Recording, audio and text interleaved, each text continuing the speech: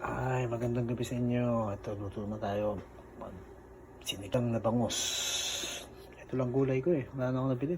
Tatamad na ba? Sinlamig.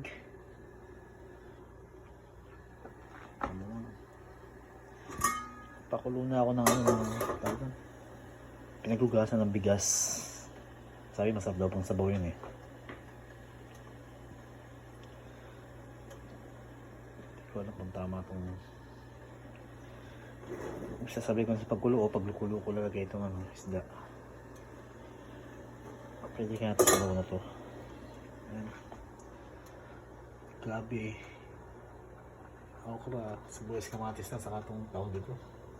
Peche na magliit. Tapos yun, sinigang mix natin. Yung bumili ng talong, sa tatuto eh. Ano doon arthritis.